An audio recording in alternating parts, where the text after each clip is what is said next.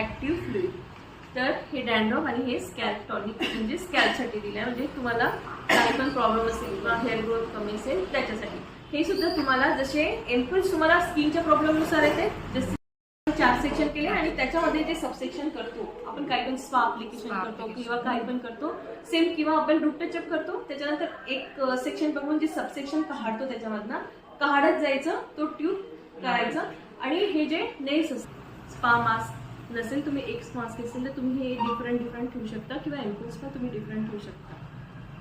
या बॉटल्स तुम्ही याच्या प्रॉब्लेमनुसार ठेवू शकता. जर मास्क तुम्ही एकच ठेवलं त्याच्यामध्ये ऍड ऑन करत जायचं, ठीक आहे. पण तेच त्याच्यानंतर याच्यावर स्कॅल्प प्युअर, हे त्या दिवशी सांगितलं तुम्हाला, जी डॅन्ड्रफची ट्रीटमेंट सांगितली हा स्पा होता, ठीक आहे.